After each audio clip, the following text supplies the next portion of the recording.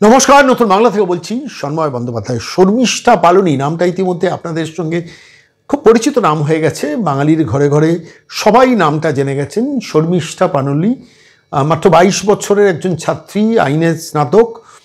দিল্লিতে মানে দিল্লি থেকে সম্প্রতি গুরগাঁও থেকে তাকে কলকাতা পুলিশ অনেক কষ্ট করে ধরে নিয়ে এসছে। আমি আজকে তাকে নিয়ে এই বিশেষ প্রতিবেদন করছি এটা জানানোর জন্য নয় যে শর্মিষ্ঠা পালনী ইতিমধ্যে জামিন পেয়ে গেছেন কলকাতা হাইকোর্ট থেকে, এটা বলার জন্য কিন্তু এই প্রতিবেদন পেশ করছি না। আমি যে ঘটনাটা জানাচ্ছি সেটা বাংলার তথাকথিত ইলেকট্রনিক্স মিডিয়া যেটা নিয়ে সোচ্চার হলো না, যেটা নিয়ে সরব হলো না। দেখুন, শর্মিষ্ঠা পালনী তিনি একটি নির্দিষ্ট কমিউনিটির ভাবাবেগকে আঘাত করেছিলেন।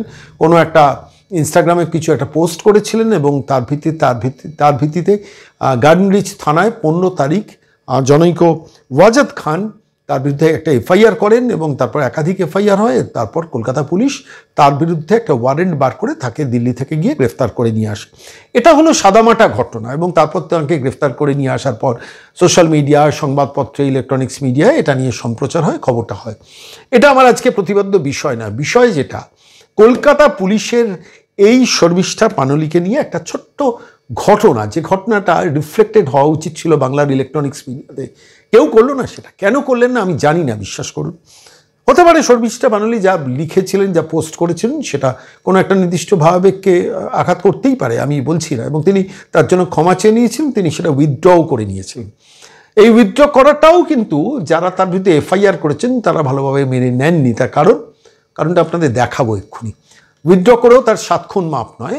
এই কলকাতা পুলিশ স্বতঃপ্রণোদিত হয়ে যে ভূমিকাটা ওই এফআইআরের ভিত্তিতে গার্ডেন রিচে 15ই মে যে তার বিরুদ্ধে এফআইআরটা হয়, সেই এফআইআর ভিত্তিতে কলকাতা পুলিশ কি বদমাইশিটা করে, আমি কোট আনকোট বদমাইশি শব্দটা ব্যবহার করছি। মনোজ বানোয়ার পুলিশ, কলকাতা পুলিশ দেখবেন না সোশ্যাল মিডিয়াতে, ফেসবুক পেজে, টুইটার হ্যান্ডলে খুব বড় বড় ডায়লগ করে, আমরা এই ফোন খুঁজে দিয়েছি, আমার এই ট্রাফিক পুলিশ এইটা উদ্ধার করে দিয়েছে, খুব আত্মপ্রচার করে।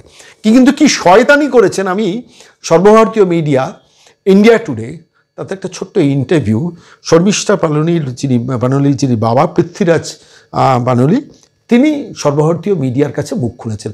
আর তারা এসছেন তার বাড়িতে, ইন্ডিয়া টুডে গেছে তার বাড়িতে, এনডিটিভি তার বাড়িতে গেছে। তার বাবা সেই সময়ের ঘটনাটা বর্ণনা করেছেন। আমি সেইখান থেকে একটা ছোট্ট অংশ আপনাদের শোনাবো, কিন্তু তার আগে আমি একটু প্রেক্ষাপটটা বলি।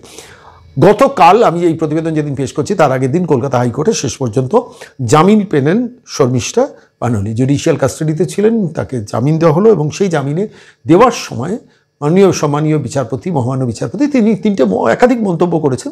3টে খুব মন্তব্য আমার কাছে খুব ক্রুশিয়াল মনে হচ্ছে।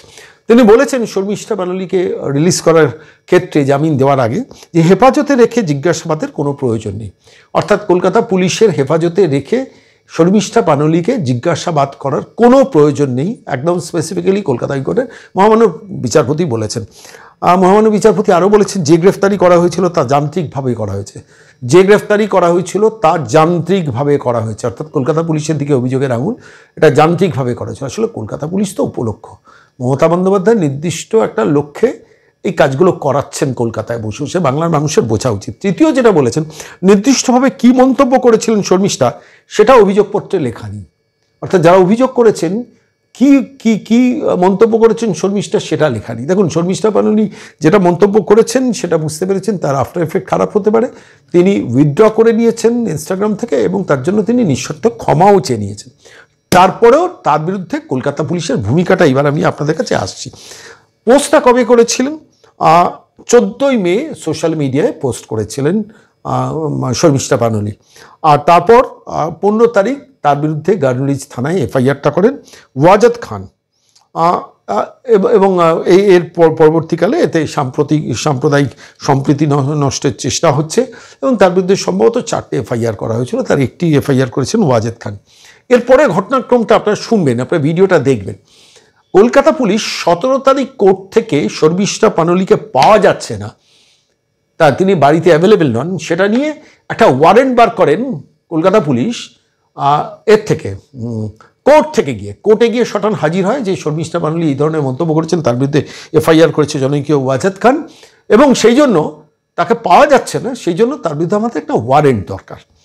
যখন এই ঘটনা বলছেন তখন এটা কবে করছেন? 17 তারিখ সম্ভবত, আমি যদি ভুল না বলি শনিবার ছিল, কোর্টে গিয়ে কলকাতা পুলিশ শনিবার ওয়ারেন্ট বার করছেন, শর্মিষ্ঠা পানলিকে পাওয়া যাচ্ছে না, তিনি বাড়িতে অ্যাভেলেবেল নন, তার বিরুদ্ধে একটা ওয়ারেন্ট দিন। আসলে এটা কোনো প্রয়োজন ছিল না। কেন বলছি আপনাকে বলি, 15 তারিখ শর্মিষ্ঠা পানলি নিজে লালবাজারে যান, নিজে যান তার বাবার সঙ্গে। কেন যান আমি একটু ঘটনাক্রমগুলো পরপর বলি, তাহলে বুঝতে পারবেন কি কাহিনী, কি সাংঘাতিক কাহিনী। 15 তারিখে আগে 14 তারিখে এই পোস্টটা করার পর থেকে তার বিরুদ্ধে তার আগের থেকেও একাধিক সোশ্যাল মিডিয়াতে নির্দিষ্ট কিছু লোকজন তাকে রেপ করে দেওয়া, তাকে মার্ডার করে দেওয়া, তাকে বিহেড করে দেওয়া, তাকে অ্যাসিড মেরে দেওয়া, এই জাতীয় নানান থ্রেটনিং সোশ্যাল মিডিয়াতে এই মহিলা 22 বছরের তরুণী সম্বন্ধে পোস্ট করেন।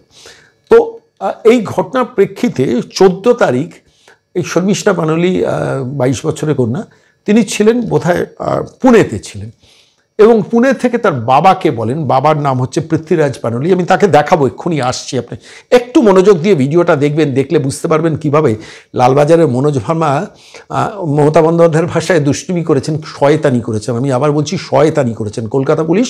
আপনারা যদি আমার এই ভিডিওটা দেখেন, একটু কান খুলে শুনুন, আপনারা শয়তানি করেছেন, তার প্রমাণটা আমি দিচ্ছি, একদম হাতে গরমে প্রমাণটা আমি আজকে আপনাদের সামনে রাখবো।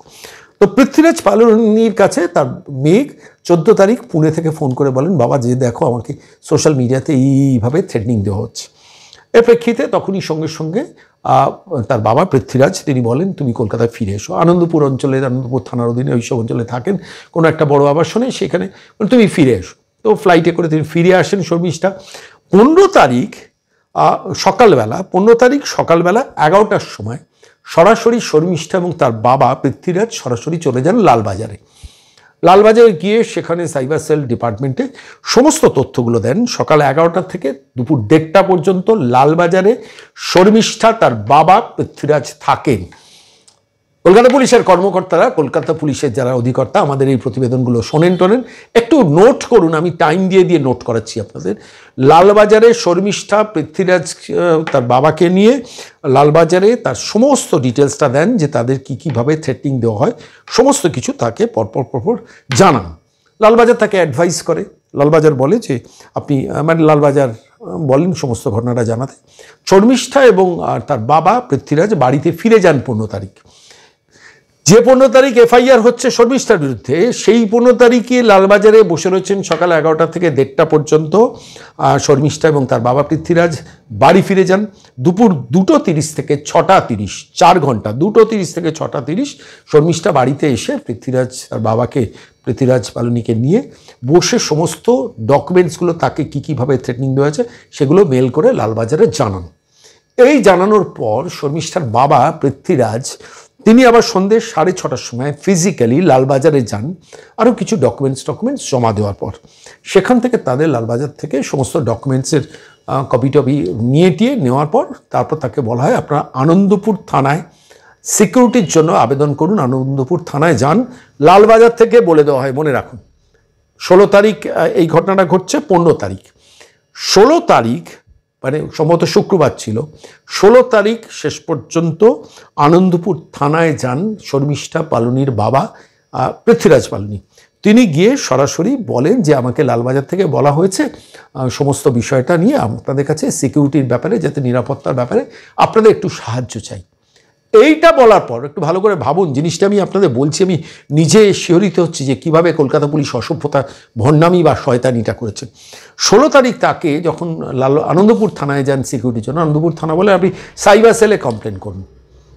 তখন আনন্দপুর থানার ওই ঘটনাতে আনন্দপুর থানার কাছ থেকে সিকিউরিটি চাইতে গিয়েছেন, বলে আপনি সাইবার সেলে কমপ্লেন করুন। বলে আমি তো করেছি অলরেডি লালবাজারে।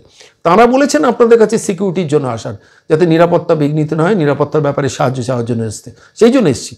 তখন কোনো সাহায্য আনন্দপুর থানা থেকে না পেয়ে শর্মিষ্ঠার বাবা পৃথ্বীরাজ সরাসরি আনন্দপুর থানা থেকে দাঁড়িয়ে ফোন করেন লালবাজারে। লালবাজার তখন বলে যে আপনি সরাসরি চলে আসুন লালবাজারে। এরপর শর্মিষ্ঠার বাবা লালবাজারে 16 তারিখ শুক্রবারই দুপুর 3টের সময় একদম সরাসরি চলে যান লালবাজারে। লালবাজারে যাওয়ার পর তার ল্যাপটপ, তার মোবাইল ফোন, তার ফরেন্সিক অডিট সমস্ত লালবাজার করে, যথেষ্ট সহযোগিতা তারা করেন। করে শেষ পর্যন্ত কোনো একজন সিনিয়র ইন্সপেক্টর তার সার্টিফিকেটও দেন। শর্মিষ্ঠার বাবা সেটা দেখান 16 তারিখ, মানে সেটা অফিসিয়ালি সাংবাদিকদের কাছে দেখাচ্ছেন, আমি সেই ভিডিওটা আপনাদের কাছে দেখাবো।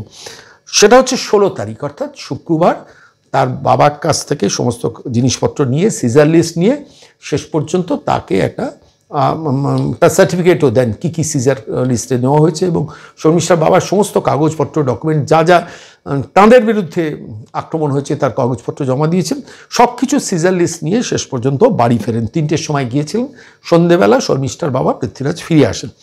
আসার পর এরপর 17 তারিখ হচ্ছে শনিবার শর্মিষ্ঠার বাবা পৃথ্বীরাজ যান আবার আনন্দপুর থানায় অ্যাজ অ্যাডভাইসড বাই লালবাজার। এবার আনন্দপুর থানায় গিয়ে অনেকক্ষণ থাকার পর সেখানে দেখেন যিনি সিনিয়র অফিসার তিনি তখন নেই আনন্দপুর থানায়। শেষ পর্যন্ত আনন্দপুর থানায় থেকে ফিরে আসেন, ফিরে এসে বাড়িতে পৌঁছন। 17 আমি ঘটনাটা বলছি আপনাদের কাছে, 17 তারিখের ঘটনা। যেদিন 17 তারিখ ভেবে দেখুন, কলকাতা পুলিশ যাচ্ছে আদালতে, গিয়ে বলছে শর্মিষ্ঠা পালনীকে পাওয়া যাচ্ছে না, সেই জন্য আমরা ওর বিরুদ্ধে একটা ওয়ারেন্ট চাইছি। স্বাভাবিকভাবে বাড়িতে যাচ্ছেন, 15 তারিখ এফআইআর হয়েছে, জনৈক ওয়াজেদ খান এফআইআর করেছেন, তার ভিত্তিতে তাকে খুঁজে পাওয়া যাচ্ছে না, ফলত তার বিরুদ্ধে একটা ওয়ারেন্ট থানা থেকে, কোর্ট থেকে জারি হয়ে যায় উইদাউট ইনফর্মিং। দেখুন 15 তারিখ 16 তারিখ 2 দিন লালবাজারে শর্মিষ্ঠার বাবা একবার নয় একাধিকবার গেছেন, বসেছেন, 3 ঘন্টা 3.5 ঘন্টা বসছেন, সিজার লিস্ট তৈরি হয়েছে, তার কাগজপত্র সমস্ত জমা দিয়েছেন, কীভাবে শর্মিষ্ঠাকে আক্রমণ করা হয়েছে তার সমস্ত হয়েছে। তখন কিন্তু লালবাজার একটি শব্দ ব্যবহার করেনি। এবার 17 তারিখ আনন্দপুর থানাতে গেছেন, সাংবাদিক জিজ্ঞেস করেছে আনন্দপুর থানা কি কোনো রিসিপ্ট দিয়েছে, বলে আনন্দপুর থানার সিসিটিভি চেক করুন। আমি আনন্দপুর থানায় তখন বসে, শেষ পর্যন্ত সিনিয়র অফিসার নেই দেখে আমি আক্রমণের মুখে পড়তে পারি, একটু ভীত সন্ত্রস্ত হয়ে আমি বাড়িতে ফিরে আসি, আনন্দপুরে বাড়িতে ফিরে আসি। 18 তারিখ লালবাজারের সঙ্গে শর্মিষ্ঠার বাবা যোগাযোগ করেন, মেসেজ চালাচালি করেন যে সিচুয়েশন আমি ভালো বুঝছি না, একটা শ্রেণী কমিউনিটি আক্রমণ করতে পারে, আমাদের ওই যে রেসিডেন্সিয়াল এরিয়া তার বাইরে কিছু লোকজন জড়ো হয়েছিল, এই ওয়াজেদ খানের লোকটোক জড়ো হয়েছিল, মেসেজ লালবাজারের সঙ্গে করেসপন্ডেন্স করেন। 18 তারিখ হচ্ছে রবিবার। 19 তারিখ পৃথ্বীরাজ সেদিন সোমবার, এবং তখন পর্যন্ত 19 তারিখ পর্যন্ত কিন্তু শর্মিষ্ঠার বাবা, শর্মিষ্ঠার মা, শর্মিষ্ঠা এবং তাদের আরেক ভাই বা বোন 4 জন কিন্তু আনন্দপুরের আবাসনে রয়েছেন। 19 তারিখ সেটা সোমবার, এই দিন পর্যন্ত শর্মিষ্ঠারা কলকাতায় ছিলেন, লালবাজারের সঙ্গে নিয়মিত কোঅর্ডিনেট করে গেছেন, যোগাযোগ করে গেছেন। একবারের জন্য তার বিরুদ্ধে এফআইআর হয়েছে, সেই এফআইআরের বিরুদ্ধে কলকাতা পুলিশ গেছে, কোর্টে গিয়ে ওয়ারেন্ট চেয়েছে, কিচ্ছু জানানো হয়নি। পরিস্থিতি ভালো বোঝেননি শর্মিষ্ঠার বাবা পৃথ্বীরাজ, কেন একটা নির্দিষ্ট কমিউনিটি আক্রমণ করতে পারেন। পরিবারকে বাঁচানোর জন্য 19 তারিখ রাত্রের দিকে শেষ পর্যন্ত শর্মিষ্ঠার বাবা, মা, তার 2 ভাই বোন বা 2 বোন শেষ পর্যন্ত দিল্লির ফ্লাইটের টিকিট কাটেন, রাত্রের দিকে শেষ পর্যন্ত দিল্লির ফ্লাইট ধরেন। 20 তারিখ সকালবেলা ফ্লাইটে গিয়ে দিল্লিতে পৌঁছন, দিল্লি এয়ারপোর্টের কাছাকাছি একটা ছোট হোটেলে। 20 তারিখ থেকে 30 তারিখ পর্যন্ত থাকেন, প্ল্যান করেছেন পরিস্থিতি একটু শান্ত হলে কলকাতায় ফিরে আসবেন। আচমকা সম্ভবত 29 তারিখ বা 30 তারিখ কলকাতা পুলিশ বিভিন্ন জায়গা নাকি রেড করেছে, করে শেষ পর্যন্ত গুরগাঁও থেকে গিয়ে, গুরগাঁও সিম্বায়োসিস কলেজ বোধহয়, সেইখান থেকে গিয়ে শর্মিষ্ঠা পালনীকে গ্রেফতার করে, নিয়ে ট্রানজিট রিমান্ড করে কলকাতায় নিয়ে আসে। তখন বাবা বলেন যে আপনাদের এফআইআর হয়েছে, ওয়ারেন্ট হয়েছে, কপি আছে, বোধহয় কপি তখন সেই সময় কলকাতা পুলিশ দেখায়। ভাবুন, কলকাতা পুলিশ পয়সা খরচা করে 3-4 জায়গায় নর্থ ইন্ডিয়ায় ঘুরে বেরিয়েছে, এবং ঘুরে বেরিয়ে শেষ পর্যন্ত গুরগাঁও থেকে শর্মিষ্ঠা পালনীকে গ্রেফতার করা হয়েছে এই ওয়াজেদ খানদের খুশি করার জন্য। গ্রেফতার করে কলকাতায় নিয়ে আসা হয়েছে, পুলিশের কাস্টাডিতে, নন ভ্যালুয়েবল এতে পুলিশের কাস্টাডিতে নিয়ে নেওয়া হয় শর্মিষ্ঠা পালনীকে। এই যে ঘটনাটা আমি আপনাদের কাছে বললাম, মানে দেখুন বাংলার ইলেকট্রনিক্স মিডিয়ার কী দৈন্য দশা হয়েছে, যে ইংলিশ মিডিয়া, সর্বভারতীয় মিডিয়া, এনডিটিভি, ইন্ডিয়া টুডে, তাঁদের সাংবাদিকরা শর্মিষ্ঠা পালনীর বাড়িতে এসে তার বাবার সঙ্গে ইন্টারভিউ করেছেন। আমি যে ঘটনাগুলো বললাম, 15 তারিখ একবার নয়, 15 তারিখ সম্ভবত 2 বার, মানে সকালবেলা 11টা থেকে 1:30 পর্যন্ত লালবাজারে বসে থাকা শর্মিষ্ঠা এবং শর্মিষ্ঠার বাবা, 6:30টার পর আবার লালবাজারে গেছেন। 16 তারিখ প্রথমে আনন্দপুর থানা, তারপর দুপুর 3টের সময় লালবাজারে যাওয়া, 17 তারিখ আনন্দপুর থানায় যাওয়া, 18 তারিখ লালবাজারের সঙ্গে সমানে ক্রমাগত কোঅর্ডিনেশন করে যাওয়া, যে আমরা আক্রান্ত হতে পারি এরকম একটা সিচুয়েশন হয়েছে, তো আপনাদের সাহায্য চাইল, কিন্তু আনন্দপুর থানা কোনো রকম সহযোগিতা করেনি। এই সমস্ত কিছু ঘটনার পর ভেবে দেখুন, মানে এই এত বড় কিছু ঘটনার পর 19 তারিখ রাত্রিবেলা শর্মিষ্ঠা সপরিবারে তারা দিল্লির উদ্দেশ্যে রওনা দেন, এবং যে দিল্লিতে চলে গেছেন সেটা জানিয়েছেন কলকাতা পুলিশকে। কলকাতা পুলিশের বলা উচিত ছিল না? তাদের জানানো উচিত ছিল না আপনার মেয়ের বিরুদ্ধে এফআইআর হয়েছে, ওয়ারেন্ট হয়েছে, আপনারা থেকে যান, এখানে ওকে আমরা গ্রেফতার করব? কিচ্ছু করেনি সেটা। এমনকি আনন্দপুর যে আবাসনে আছেন, যখন সাংবাদিক জিজ্ঞেস করছেন শর্মিষ্ঠার বাবা পৃথ্বীরাজকে যে আচ্ছা আপনাদের তো জানানো হয়নি, আবাসনে আসেনি, তখন শর্মিষ্ঠার বাবা বলছেন আবাসনে তো সিকিউরিটি কেয়ারটেকার থাকে, জিজ্ঞেস করুন, ওখানে তো সই করে ভেতরে ঢুকতে হয়, কোনো পুলিশ এসেছিল কিনা আপনারা জিজ্ঞেস করুন। তার মানে আনন্দপুর থানা যায়নি। অর্থাৎ আমি শর্মিষ্ঠাকে গ্রেফতার করে নির্দিষ্ট একটা কমিউনিটিকে খুশি করব, that was the attitude of Manoj Varma's team of Kolkata police. এবং শেষ পর্যন্ত তাকে গ্রেফতার, কলকাতায় নিয়ে আসা, তার শেষ পর্যন্ত গতকাল হাইকোর্ট থেকে জামিন, এবং জামিনে কলকাতা হাইকোর্টের মাননীয় বিচারপতি কী বলেছেন সেটা আপনাদের শুনব। আমি এরপর আপনাদের ইন্ডিয়া টুডের ওই টুকরো ভিডিওটা শোনাবো, 6.5 মিনিটের ভিডিওটা আপনারা শুনবেন। সাংবাদিকদের প্রশ্নের উত্তর দিচ্ছেন শর্মিষ্ঠার বাবা পৃথ্বীরাজ। আমি তাকে স্যালুট জানাই, যে ইতিহাসটা আমরা জানতেও পারতাম না, যে কলকাতা পুলিশ তাদের সম্পূর্ণ অন্তরালে রেখে আচমকা গিয়ে দিল্লি থেকে হানা দিয়ে নিয়ে এসছেন নির্দিষ্ট একটা লক্ষ্যে। মমতা বন্দ্যোপাধ্যায় যে ভোট পলিটিক্সটা করেন এই বাংলায়, সেইটার জন্য। আবার তারপর কলকাতা পুলিশ বড় করে, আমি দেখছিলাম সেদিনকে বোধহয় ফেসবুক না টুইটারে, বড় একটা লেখা এই সংক্রান্ত লিখেছেন। কেউ কেউ বলছেন যে পাকিস্তানের সমালোচনা করা হয়েছে বলে তাকে গ্রেফতার করা হয়েছে, তা নয়, নির্দিষ্ট একটা এফআইআর বিরুদ্ধে গ্রেফতার করা হয়েছে। সব ঠিক আছে, আমি এবার আপনাদের কাছে প্রশ্ন করি, কলকাতা পুলিশের কাছে রেখে আমি এবার ভিডিওটা দেখাবো, যে 15 তারিখ দুবার, 16 তারিখ একবার, অনেকক্ষণ সিজার লিস্ট তৈরি করলো, সিনিয়র ইন্সপেক্টর থাকলো, 17 তারিখ লালবাজারের সঙ্গে যোগাযোগ হলো, 17 তারিখ আনন্দপুর থানায় গেলেন পৃথ্বীরাজ সপরিবারে, 18 তারিখ কলকাতা থাকলেন, 19 তারিখ পরিস্থিতি কঠিন হচ্ছে থেকে কলকাতা পুলিশকে জানিয়ে তারা দিল্লি গেছেন, 25 তারিখ পর্যন্ত দিল্লি থেকে কলকাতা পুলিশের সঙ্গে যোগাযোগ রেখে গেছেন। তারপর ইনস্পাইট অফ দ্যাট তাদের জানানো যেত না যে আপনার মেয়ের সম্বন্ধে একটা ওয়ারেন্ট আমরা বার করে নিয়ে এসেছি? হিয়ার লাইজ দ্য শয়তানি অফ কলকাতা পুলিশ। খুব রাগ করেন না? কলকাতা পুলিশের ডিফেম করা হচ্ছে বলে। কত বড় শয়তান, আমি বলছি কত বড় শয়তান এই কলকাতা পুলিশের লালবাজারে, এই যাদের দিয়ে মমতা এই সব কাজকর্মগুলো করান। ভিডিওটা দেখলে বুঝতে পারবেন, ভিডিওটা দেখুন। पुणे की लॉ स्टूडेंट और सोशल मीडिया इन्फ्लुएंसर शर्मिष्ठा पालुन की पिता पृथ्वीराज पालुन इस वक्त मेरे साथ जुड़ चुके हैं। पृथ्वीराज जी, कोलकाता पुलिस के ओर से जो दावा किया जा रहा था कि शर्मिष्ठा पालुन के खिलाफ जो शिकायत दर्ज हुई थी गरणीच थाने में पिछले 15 तारीख को, इसके बाद आपके घर पुलिस की टीम आई थी, लेकिन घर में कोई था नहीं, आप लोग एब्सकॉन्डेड थे as per the version of Kolkata police.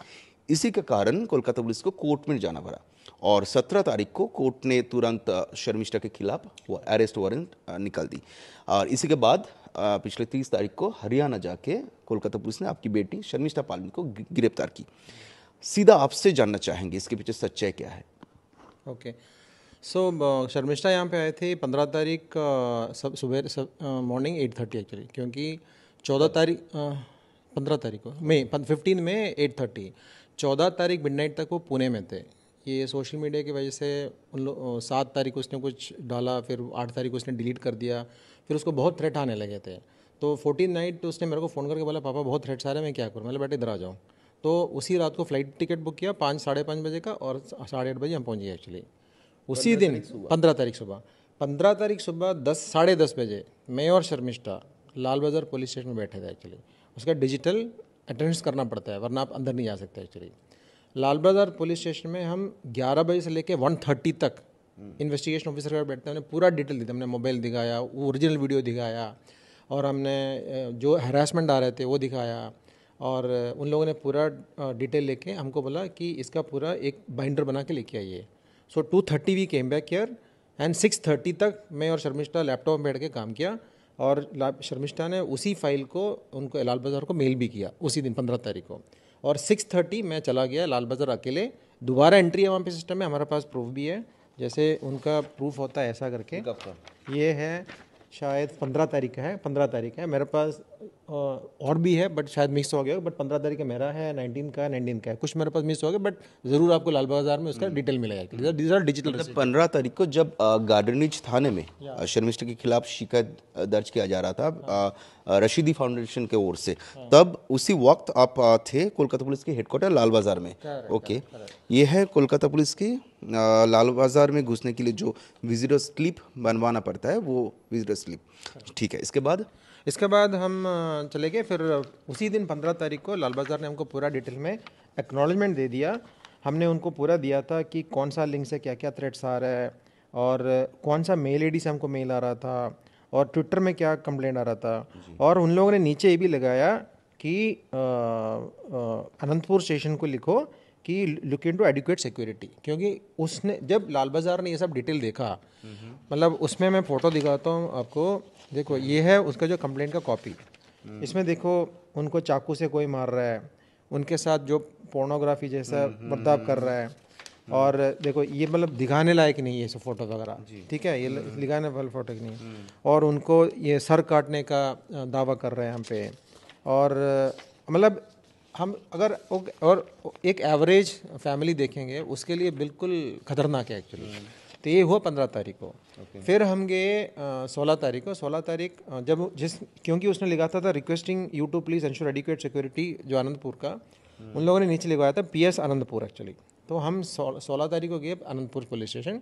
हमने ये सब उनको दिखाया, और उन लोगों ने बोला अच्छा नहीं, आपको यहाँ पे भी साइबर कंप्लेंट करना पड़ेगा। तो हमने तुरंत बोला मैडम वो तो ऑलरेडी कर चुका है, हमको सिक्योरिटी चाहिए। ये आनंदपुर से कहा गया, आनंदपुर कहा गया। कब का ये तो 16 तारीख को, 16 तारीख को। तो फिर हमने लाल बाज़ार फ़ोन किया, जो ऑफिसर थे। ऑफिसर ने बोला नहीं, आप वहाँ पर आपको करने के लिए कोई ज़रूरत नहीं है, आप इधर आ जाओ। तो अराउंड 3 o'clock 16 तारीख को हम दोबारा लाल बाज़ार गए। तो और हमने और एडिशनल कंप्लेंट वहाँ पे डिटेल दिखाए, जहाँ से हमको थ्रेट हो रहा था। उसका उन लोगों ने क्या किया, पूरा जो मोबाइल, लैपटॉप और जितने भी हमारे आइटम्स थे, उसका फॉरेंसिक ऑडिट करके हमको उन लोगों ने एक अलग रिसीट दे दिया, सीजर लिस्ट करके बोलता है। उसका भी हमारे पास प्रूफ है। This is on 16th actually. ठीक है, वो भी हमारे पास लिस्ट है यहाँ पे, सीजर लिस्ट करके। हाँ, ये है 16 तारीख को लाल बाज़ार को हमको जो सीजर लिस्ट मिला है कि this is signed by the senior inspector actually. Okay, so 15 तारीख को वी आर इन लाल बाज़ार ट्वाइस, 16 तारीख को we are in Anandpur, and 16 तारीख को वी आर इन लाल बाज़ार एक्चुअली। उसके बाद क्या हुआ, 17th को भी इट वाज ए सैटरडे मैंने क्या किया, आनंदपुर पुलिस स्टेशन दोबारा चला गया। ठीक है, तो वहाँ पे ये बोला गया कि वहाँ पे सीनियर ऑफिसर इंचार्ज है, he was on leave, so I came back because I didn't want to again discuss everything. मतलब उसमें टाइम वेस्ट होता था, और यहाँ पर मेरे को बहुत खतरा लग रहा था, क्योंकि उसके पहले हमको वीडियो दिखाई दिया जहाँ पे लोग उसके सामने खड़े के नारे लगा रहे थे एक्चुअली। तो न्यूज़ जल्दी बाहर हो जाता है अगर सामने खड़ा होकर नारे लगा रहे स्टेशन के सामने, इसमें वीडियो वायरल हो गया था एक्चुअली। तो हमको थोड़ा डर लगा, तो हम वापस आ गए। अभी 18 तारीख संडे था, पूरा 18 तारीख को मॉर्निंग टिल इवनिंग मैं मैसेज भेजता रहा लाल बाज़ार पुलिस ऑफिसर को जो मेरे पे कांटेक्ट में था, और कुछ अनंतपुर को भी। और इनका वारंट कब निकला था, 17 तारीख को। 17 तारीख को जब वारंट निकला था, मैं खुद वहाँ पे था, और 18 तारीख को भी मैं बैठा था। अगर वारंट, आप 17 तारीख को 17 तारीख को हम इधर ही थे, अनंतपुर पुलिस स्टेशन में गया था। कोई सबूत है आपके पास? नहीं, वहाँ पे कोई रिसिप्ट कुछ नहीं दिया, और CCTV का आप देख सकते हो शायद। मतलब देखिए, 15 तारीख को गार्डनिज थाना में शर्मिष्ठा के खिलाफ शिकायत दर्ज हुआ था, और 17 तारीख को पुलिस ने जाके कोर्ट में ये कहा कि यहाँ आप लोग कोई घर पे है नहीं, किसी को मिला नहीं, एब्सकॉन्डेड है आप लोग, इसीलिए अरेस्ट वारंट निकलना पड़ा। तो इसी के बीच में आप जो दावा कर रहे हैं कि आप लाल बाजार में थे 15 तारीख को, जिस दिन शिकायत दर्ज हुआ था, 16 तारीख को भी आप गए थे, और 17 तारीख जिस दिन कोर्ट में कोलकाता पुलिस गई थी, उसी दिन आप कोलकाता पुलिस के एक थाना आनंदपुर पुलिस स्टेशन में ही थे। करेक्ट, मतलब जाके वापस आ गए हम लोग। अच्छा, फिर 18 तारीख संडे था। फिर पुलिस को क्यों नहीं मिला आप लोग? अभी ये तो आपको पुलिस से पूछना पड़ेगा। पुलिस आए थे यहाँ? हाँ, नहीं, कोई नहीं आया यहाँ पे। आपका फ्लैट में पुलिस नहीं आई थी? आप हमारे ये हरबरा सोसाइटी के सिक्योरिटी से पूछ सकते हो, अगर वो वहाँ पे एंट्री है तो मिल जाएगा आपको, अगर एंट्री नहीं है तो नहीं आया, मुझे पता नहीं है, क्योंकि हम तो पूरा आपके पास कोई इन्फॉर्मेशन नहीं है कि पुलिस आपका फ्लैट आई थी नोटिस सर्व करने के लिए? नहीं, ऐसा कुछ नहीं। शर्मिष्ठा हाँ, हमारे साथ ही थी, मैं और मेरी वाइफ और दोनों बच्चे मेरे साथ। फिर पुलिस जाके क्या कहा? बोला आपको कलकत्ता लेके आना है, आपका अरेस्ट वारंट है। हमने बोला FIR तो मिला नहीं हमको, तो बोला नहीं आपको सीजर लिस्ट दिखता है। फिर हम बोला कि 12:30 फ्लाइट है, चले जाते हैं। मैंने बोला 12:30 फ्लाइट कैसे जा सकते हैं, आपको लोकल थाने में इन्फॉर्म करना पड़ेगा। फिर उन लोगों ने तुरंत मान लिया, ऐसा नहीं कि बोले ज़्यादा ये किया। फिर हम लोकल थाने चले गए। फिर मजिस्ट्रेट के जाके वहाँ जाके रिमांड ले लिया, ट्रांसफर। अरेस्ट वारंट आपको दिखाया गया था? हमको उस टाइम कुछ नहीं दिखाया था, कुछ नहीं दिखाया था। आपने मांगा था अरेस्ट वारंट? हमने पूछा कहाँ है, तो फिर लिखने के टाइम में उन लोगों ने हमको एक डॉक्यूमेंट दिया था, अभी कोर्ट के पास है, मुझे एग्जैक्टली याद नहीं है क्या था, उसमें शायद एक सीजर लिस्ट वगैरह था, वो हमने कोर्ट को दे दिया एक्चुअली। अच्छा,